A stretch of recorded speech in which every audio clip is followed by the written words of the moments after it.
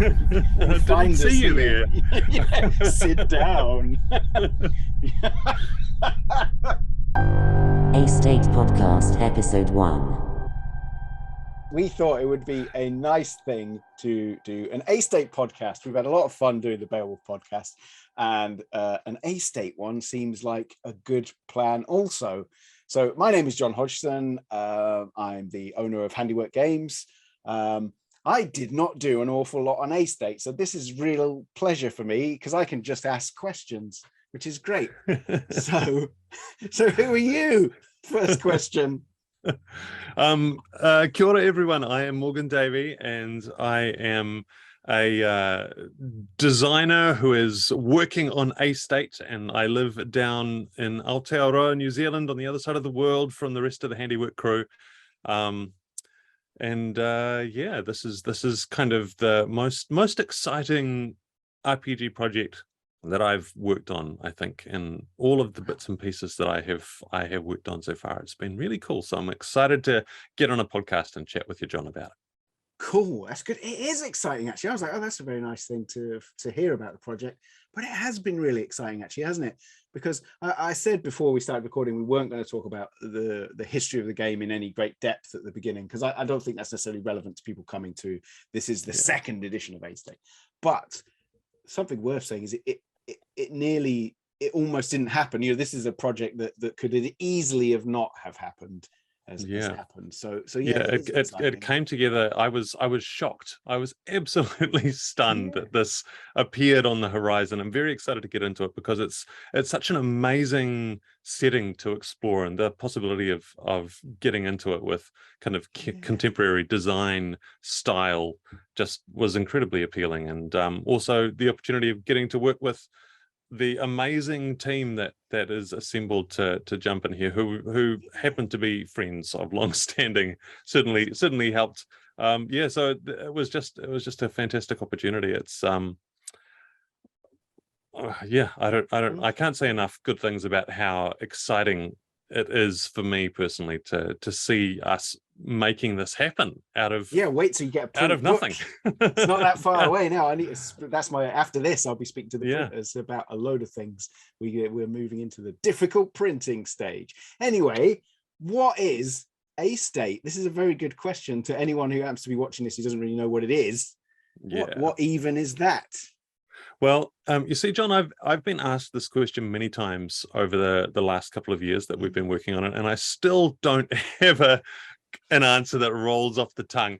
A-State is a game about a bunch of ordinary people who live in this crazy futuristic city, a science fiction city that is a prison in a sense, as in no one can leave. So for hundreds of years, this society has been trapped there, and inequality has grown, and there are great, powerful organizations that run everything through the city. There are businesses, and there are churches, and they control so much of society. But down in one corner of the city is where you and your friends are living, and just trying to hold together a semblance of community in the face of all these crazy pressures that are beating down on you every day. So it's a setting that you could call it a dystopia. It certainly has a lot of dystopic aspects to it, but I think it's got quite a different feel to the kinds of fictional dystopia worlds that we have seen in films and television and novels and so on. It's got a really interesting style. It's kind of part Charles Dickens, part sort of mad 1930s, 1940s technology, part cyberpunk style high-tech stuff, but only in the sense that it's sort of been reimagined to a more primitive technological basis. So everything runs on clockwork, for example. There's just this really fascinating sensibility that runs through it, and around the edges there's all these hints of kind of a weird supernatural aspect that infuses everything. It's never dominant, it's never the main thing, it's not a ghost hunting game, but it is a game that's haunted by weirdness. So all of that just makes this crazy and interesting soup. And you can see why I have trouble summing it up in a in a short sentence. I have much the same problem because, and again, this is so lovely for me, sort of from the outside looking into it, that it isn't easily summed up in an easy RPG genre. It certainly isn't steampunk. It isn't cyberpunk or any of them punk games, but it's got elements. It's almost like the influences of those genres were an influence on the A-state setting, and it's been digested in. This is what we'll talk about who came up with all of this stuff originally in a little bit, but I think the author of the setting, who's Malcolm Craig, I think is a really, really smart guy, and it's great. It's one reason he's not here for this episode, so we can talk about him in nice terms, because he'll just interrupt and shut it down. And he's a really clever guy, and it's these elements. It's like he's curated some really, really great, quite unwittingly, I think, curated some really, really great sources because of just his natural taste in sort of literature and so on.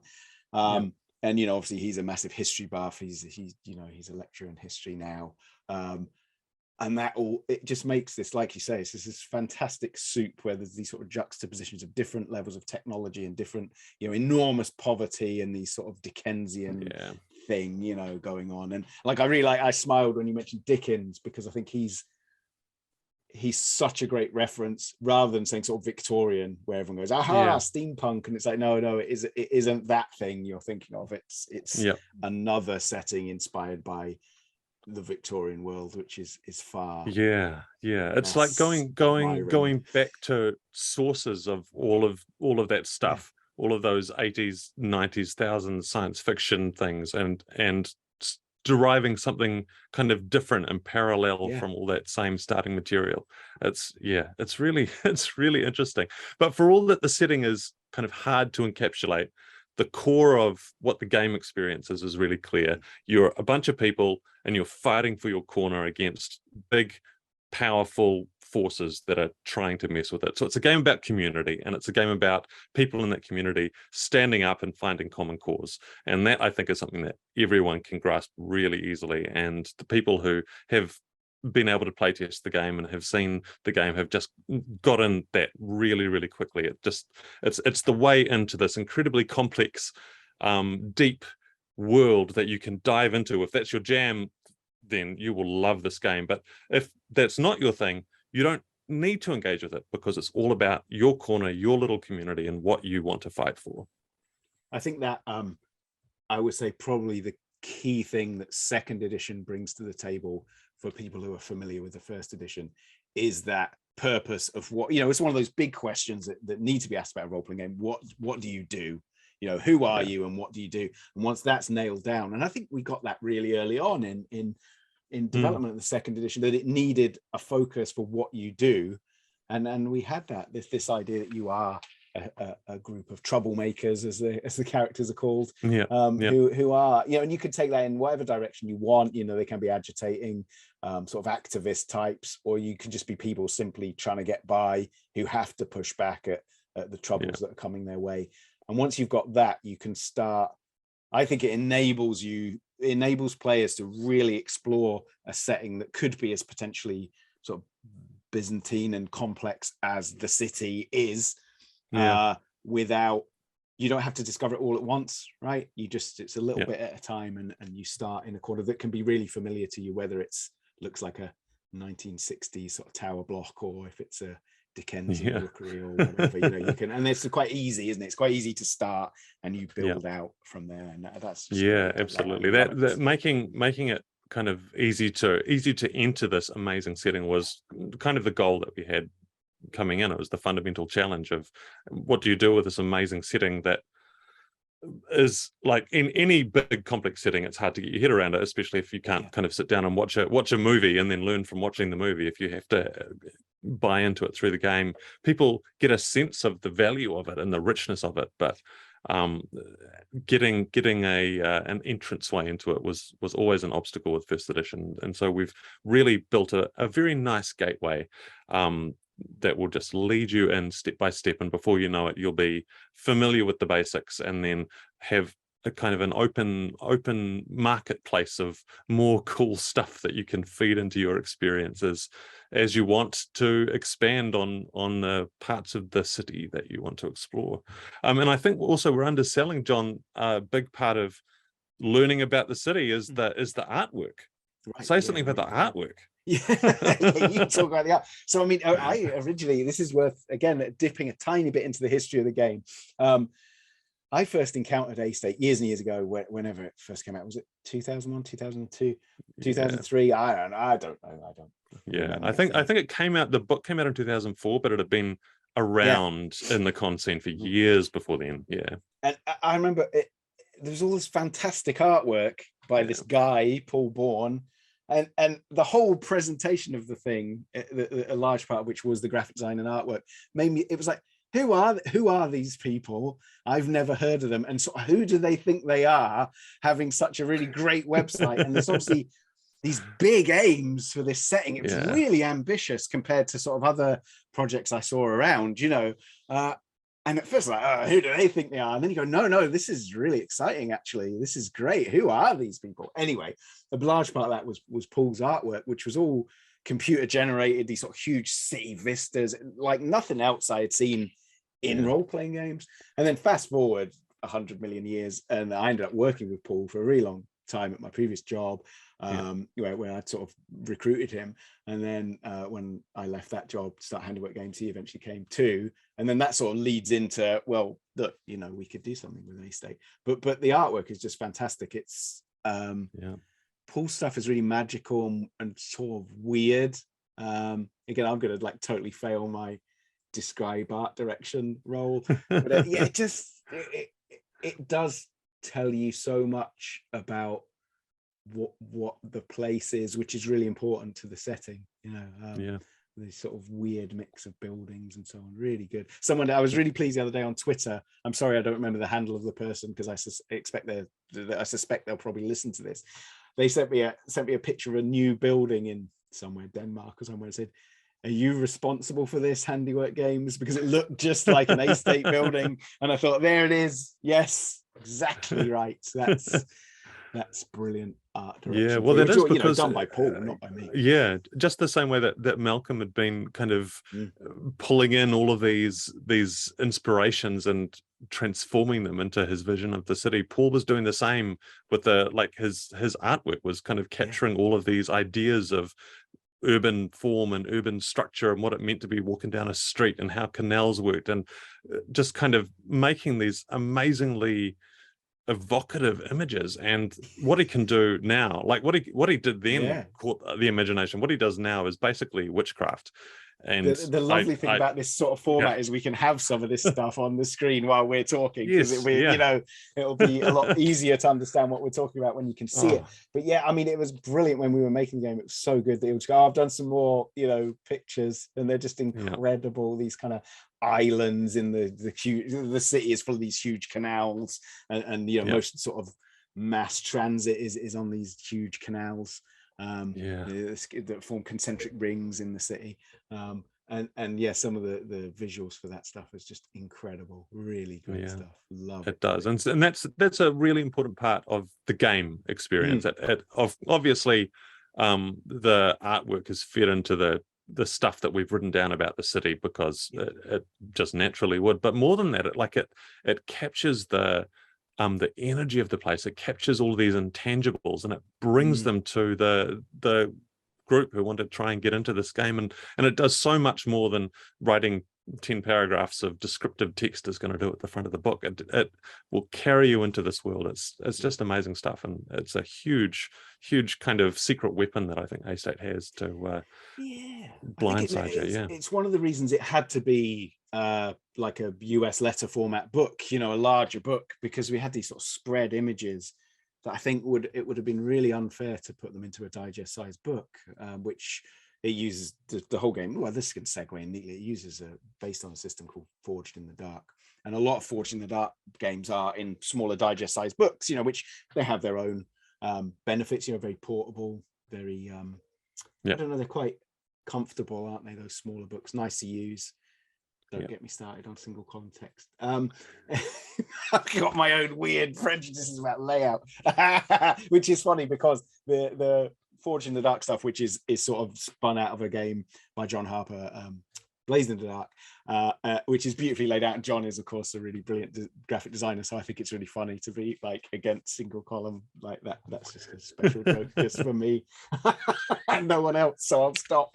I think that it's worth mentioning Forged in the Dark, actually, which is another vital piece of the puzzle. So what's that all about? See, first I had really heard about this was when Gregor Hutton of 316 fame sidled up to me at what is it, Tabletop Scotland, and had this idea. He had a copy of are we allowed to say Blades in the Dark? I think it's forgivable to mention it that it exists.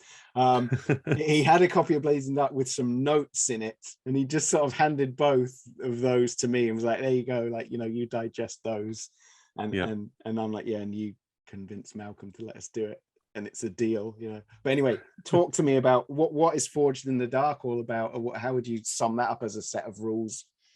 Well, Forged in the Dark is the basically the system that was used in Blades in the Dark to how do you even talk about it? It was an attempt to make a kind of free-flowing way of doing story first, fiction first adventure games, and to build some real momentum into the system and support improvisation, so that you can just have this very kinetic experience while the characters in the system are kind of facing challenge after challenge and using up all their resources. Part of the fame of this game came from a really innovative flashback system, which meant that they could do heists. Blades in the Dark is built around kind of criminal activity, and so you could run heists and do the fancy thing where we planned for this and we had someone waiting in there the whole time, and so there was a very elegant way to do that, but it just fed into the momentum of the game. So there was a lot about it that we thought was going to really resonate with A State, although A State it's not a game about criminals. It's not a game that's actually even heavily focused on those kind of action sequences, which Blades of the Dark can really thrive on. But one of the things that the Forged in the Dark system does really, really well is it talks about how your immediate environment really, really matters. So one of the things that happens in this is whenever you roll the dice, the players and the GM will always kind of take a moment to talk about exactly what's going on, exactly how they envisage it in their head, get on the same page about what's at risk, what the reward is going to be, how it's going to play out. And then once all that's kind of settled, that's when you roll the dice and everyone knows what's going to happen. And so that lets you have that momentum. And that's brilliant for A State, because in A State, you've got this amazing, complicated city with so much going on. And you need to have something in there that encourages you and helps you to take a moment, take a breath, and just look around and experience what's going on in the city. So you're all together in that environment. So it makes the environment really rich throughout everything that you do. So that's a really, really cool thing that happens there. Another powerful thing that Blades in the Dark does really well is it does consequences. The characters in Blades in the Dark are good at what they do. They can kick ass and they can take names. All of the Forged in the Dark systems that come out of that, they kind of keep that same concept that the characters are quite powerful. And in A State, that's what we've done. These people who are in the community are standing up for their community. They're the ones in that community that are able to stand up and are able to get things done with a bit of power, a bit of autonomy. They're the notable representatives of the corner, the only people who can really stand up and do that stuff. And the system says, great, you can go and you can kick down the store and you can do a pretty good job of scaring that person so they're not going to cause trouble in your corner anymore. the consequence of that is going to be that they're going to go and tell someone else, that their attitude is going to change, that someone else is going to take notice. And so everything you do has consequences that spill outwards further and further. And so a lot of what you end up doing is dealing with the consequences of the decisions, good and bad, that you made early on. So that feeds into the amazing complexity of the city. So there's kind of a lot of deep stuff that is going on in Blades in the Dark that just suited what we needed for A-State incredibly well. And as soon as Gregor came and said, this is what we want to do, it's a game about a crowded city full of people who are trying to do cool stuff, and everything they do steps on someone else's toes. It just fits so perfectly. And really excited to see that, as is often the case, Gregor was very right. Yes. I joked on Facebook about Gregor's involvement in development, which was to sort of go away for lengthy periods of time and then come back with like 2 sentences that just solved 100 problems. And you go, wow, this is a really interesting way to work. Because when I'm designing, like I say, I didn't really do any design work on this. When I'm designing stuff, I literally have pages of notes that are like an argument with myself. Yeah. And it's really super verbose. I mean, maybe Gregor does that away from everyone else. But I know when we did Beowulf, it was just discussion after discussion after discussion, just rolled around. So it was really interesting to have this character involved who just turned up and went, you should do this, and then just left, Yeah. You go, wow, like that's amazing. And that only works if you're really good at it, which he is. Really good at it. Exactly. Well, I mean, the thing is that he did this is like, it's funny, but it's also true. That is literally what happened on numerous occasions, and he was always right. There is not a single time, I think, if we go back through all of our conversations, I don't think there'll be a single one where the thing that he pops up and says do that is something that we didn't end up doing. He's just got a knack, that man.